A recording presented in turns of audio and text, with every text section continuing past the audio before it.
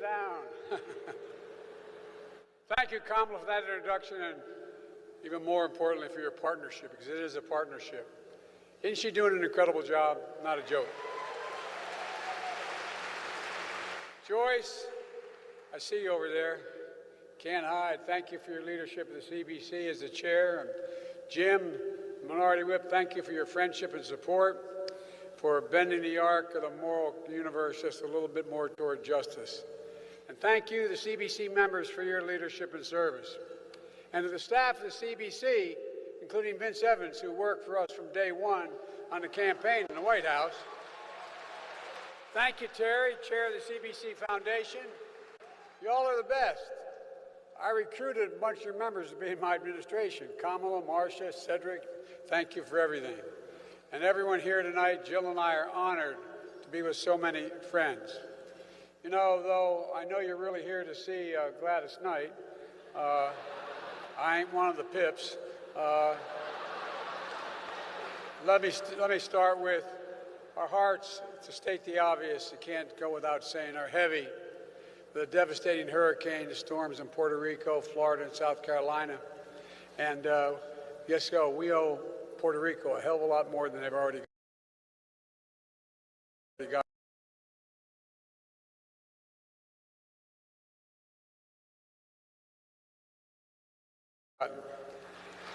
But Steve and Val are here tonight, dinner co-chairs, and Val couldn't be here tonight because she's with the people of her district who are in desperate need. My administration is working closely with the CBC members to do whatever it takes to help search and rescue, recovery, and rebuilding. It's going to take a long time, so we cannot tire. Whatever it takes, I mean it, whatever it takes. And it's times like these, we're reminded that America is about how we choose to see one another, how we choose to see one another, how we choose to treat everyone with dignity and respect they deserve, how we choose to believe that America is big enough for all of us to succeed. You know me and I know you. That's the version of America we're making real. Finally, together we're making it real. In fact, big wins since we were sworn in simply wouldn't have happened without the CBC. As a matter of fact, without the CBC, I wouldn't be standing here tonight.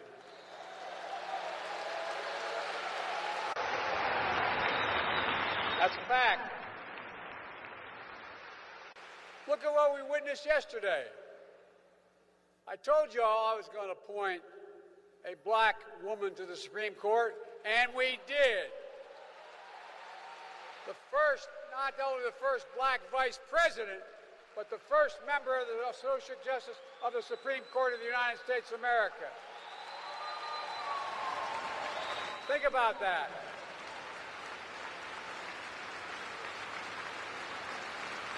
Think about that. Look, I know by now no one ever doubts I mean what I say. The problem is I sometimes say all that I mean. Well, look what Ketanji Brown, the Associate Justice, said. It said it took, here's her quote, it took just one generation to go from segregation to the Supreme Court of the United States. That's how she described, that's how Justice Jackson described the feeling as we celebrated her confirmation at the White House this spring. It was one of the proudest days in office and a commitment I kept. But I want to thank Dick Durbin, chair of the Judiciary Committee, for getting it done. He described her as a pillar of strength, but it couldn't have been done without Cory Booker, who was back there as an engineer. Cory, you're here somewhere, I know. Thank you, Cory. And for reminding us of the resolve and joy at that historic moment. You know, and by the way, I've nominated and the CBC has helped confirm, more black women appellate justices than every other president in history combined throughout our history. But that's not all we've gotten done. The historic American Rescue Plan helped us emerge from the pandemic and move from economic crisis to resurgence. We centered equity in our historic vaccine effort, going to communities closes the racial gap, to make sure all black Americans, no matter where they live, no matter what their circumstance, got a chance to be vaccinated and boosted. And I want to tell you, we had a hell of a lot of help from the Speaker of the House of Representatives, Nancy Pelosi. Look, that law helped more black Americans gain health insurance under the Affordable Care Act. Black unemployment is down. Black small business creation is up. And black child poverty was cut in half in 2021 because of the child tax credit. And with the help of the CBC, we're working like hell to make sure we make the child tax credit permanent. Permanent. Permanent. Let's cut through it. I ran on the commitment that I'd get significant funding for the HBCUs. I didn't go to one, but one got me elected, Delaware State University. Oh, not joking. No, you don't. If you know Delaware, you know I'm telling the truth. We have the 8th largest black population in America as a percent of population, and they did it for me. And by the way, the president used to work for me until he wanted to be president. So now he's the chairman. He's the president of the university. You look, instead of photo ops, I delivered $5.8 billion in funding, more than any time in any portion of our history, ever. That's a fact. And with Marsh's leadership, we're expanding our efforts to build black wealth like others have through home ownership, because we know that's how you build equity and pass down that wealth from generation to generation. And we're also aggressively combating racial discrimination in housing. That includes everything from ending the legacy of redlining, which I might add was the first issue I got involved in as a young county councilman and almost lost, but we were right. It includes addressing the cruel fact that a home built by the same builder on different sides of a highway, same home, white couple moves into one, a black couple in the other, the black couple's home is somewhere between 12 and 20% undervalued from the white home. Look, folks, too often it happens.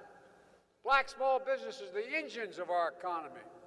But you understand more than most people. They're the glue that holds the community together. The restaurant, the beauty shop, the barber shop, the drugstore. Every business, no matter how big or small, they're the ones that sponsor the church events, the Little League events. They're the ones that hold the community together, that people gather around. So it matters. It matters we support small business, the black community.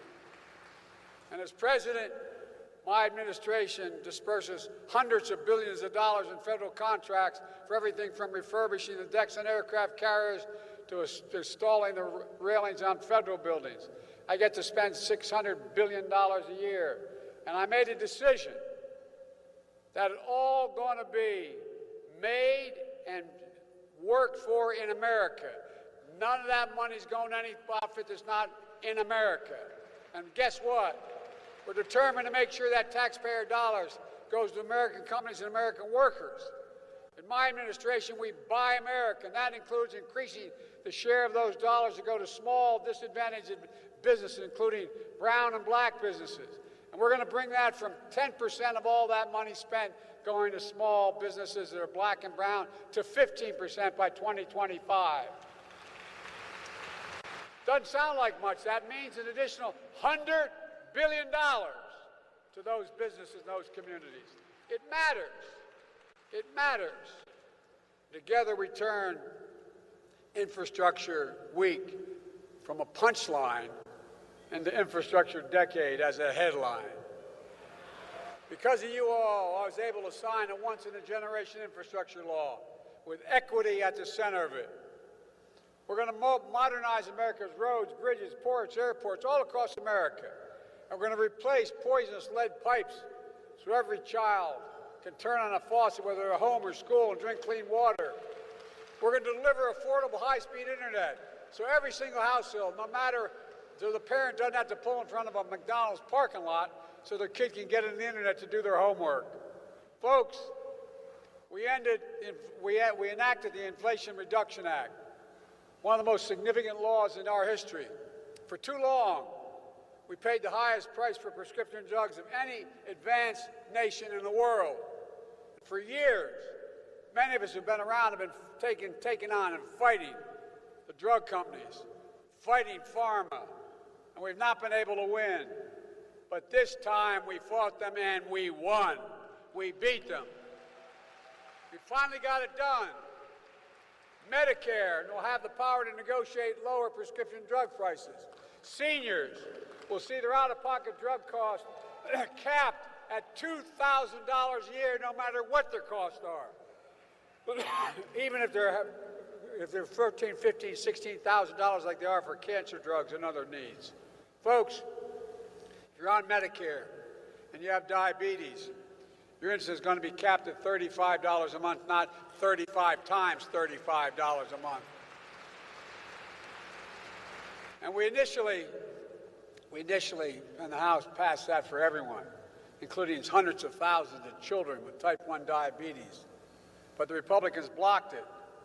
Imagine, I mean this sincerely, imagine being the parent of a child with type 1 diabetes, knowing that if they don't get that drug, they don't get that insulin, they don't get it on time, their health can be permanently damaged or they could die. Not having enough money because they don't have insurance and no way to get it. Just imagine being that parent. It's wrong. We're going to keep fighting until we get that cost down to $35. It costs them $10 to make it. They should not get more than $35. The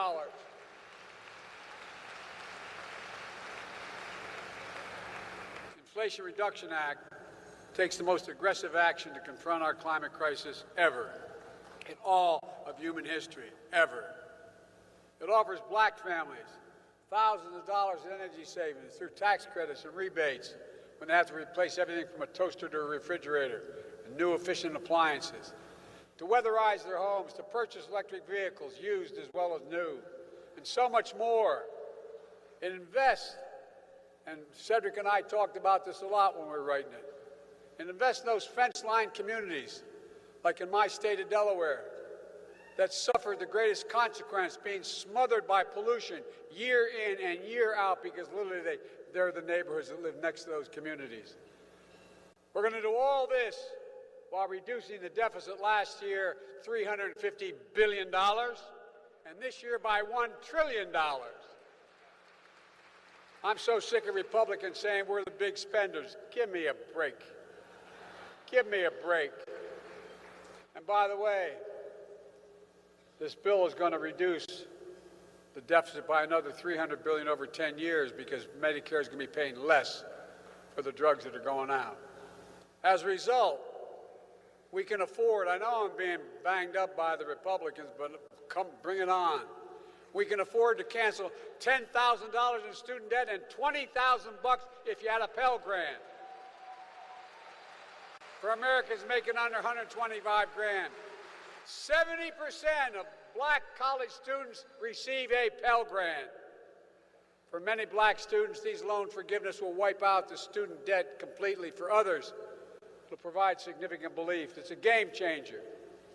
I don't want to hear a word from those members of Congress, if you notice, whose families got tens of thousands of dollars and several $1 million in pandemic relief loan forgiveness. The same ones criticizing. Give me a break, come on. They voted for or those who voted for a tax cut or $2 trillion for the wealthiest Americans and the biggest corporations, where they didn't pay a penny for it.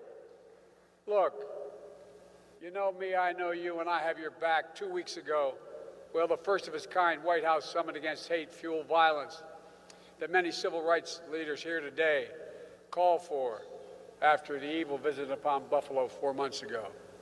Jill and I traveled to Buffalo to grieve with those families and meet with them, as I have with every one of these major massacres that took place, to deliver a message from deep in our nation's soul. America will not let evil win. Hate will not prevail in America. White supremacists will not have the last word. We cannot remain silent Silence is complicity. We have to speak out and stand united. That's why I signed the Bipartisan Safer Communities Act. First major gun safety legislation in 30 years.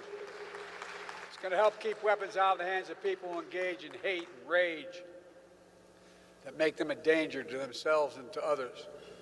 It invests in community violence interventions to target those most at risk and save lives, which have shown, these community violence interventions have shown to reduce violent crime by up to 60% where they're taken on in earnest. I'll say it again. I'm not going to stop until I again get an assault weapons ban passed. Period. Period, period, period. I'm standing with many of you at the White House and the family of Emmett Till. I signed the Anti-Lynching Act in his name. That finally, after all these years, finally made lynching a federal crime, a hate crime. And for those who want to bury our history, we made Juneteenth the first federal holiday in 30 years, so they remember. We never forget.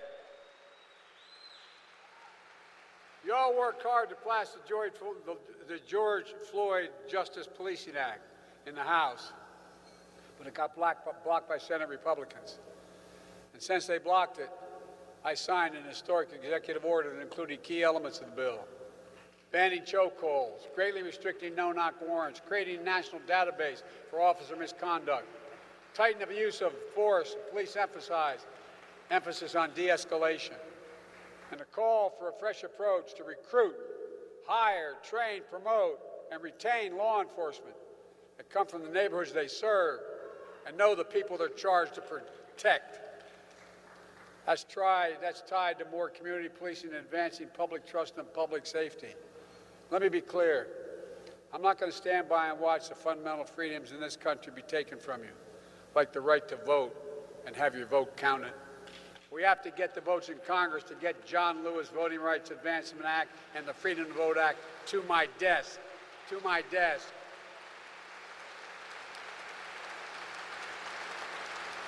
We must get the votes in Congress to codify Roe v. Wade to protect the right to choose and the right to privacy. Look, I know you helped. Matter of fact, you're the major reason I got elected President of the United States. I'll defend our democracy and your freedoms with every fiber of my being. So let me close with this. I asked Cedric if everyone knows why this is called the CBC Phoenix Dinner. He said everybody at CBC knows it, which I think I knew. But the entire community should know it. I said, okay. In 1901, Congressman George Henry White of North Carolina was the only black member of Congress at the time. He was a champion of civil rights who stood against the rising tide of white mob violence. Delivering his final four speech, he called a temporary farewell. George Henry White said of black Americans, and I quote, "Phoenix-like, we will rise up someday and come again." These parting words are on behalf of an outraged, heartbroken, bruised and bleeding, but God-fearing people, faithful, industrious, loyal, rising people, full of potential force. Well, folks, more than 120 years later, you've made that real. A potential force that's real. It's rising, full of force. You had my back, and I promise you I'll have yours. Together, let's remember who in the hell we are. We're the United States of America, and there's nothing beyond our capacity. May God bless you all, and may God protect our troops. Thank you for your patience. Thank you.